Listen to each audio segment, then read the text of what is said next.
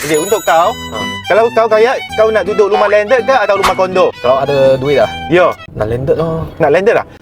Salah. Kalau ada duit, you beli landed kat Penang 1 juta. Security system semua mahal. You keluar, kalau you ada emas-emas, you takut kena curi. Berapa minit saja saya sudah percayakan pintu. Tak sampai 2 minit. Kalau untuk kondo ini tak sama. Kondo macam mana? Kondo ini pasal ada guard. You nak masuk pun susah. Dia boleh panjat lah. Susah lah macam mana pergi. Helikopter. Kalau dia ada duit pergi sewa helikopter, dia tak akan pecah pintu dah. Okey, sini Havana, 3 parking. Rumah ini tak ya bayar duit peguam semua tak bayar. Loan dulu dapat rumah. Kita boleh buat markup juga. Boleh full loan lah maksudnya. Boleh full loan. Flat ini fasiliti cantik.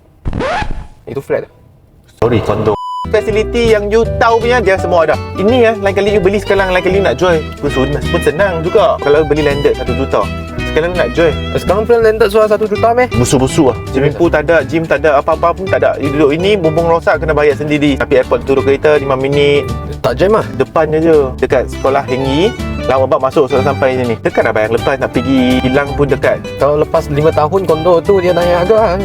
Dia tak naik, you pun ada macam buat sewa je lah. You sewa rumah ini, dia tak rugi. Rumah landed beli 1 juta tapi sewa 1,500. Betul tak? Mana berbaloi. Untuk rumah kondo ini, sebiji baru, tak pernah orang duduk. Kalau you buat siap barang semua sewa 1,200, 1,500 sama juga. Tapi harga berapa?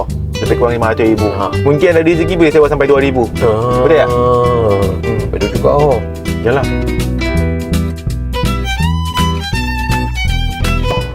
Dia mau buat teh bunga. Teh bunga.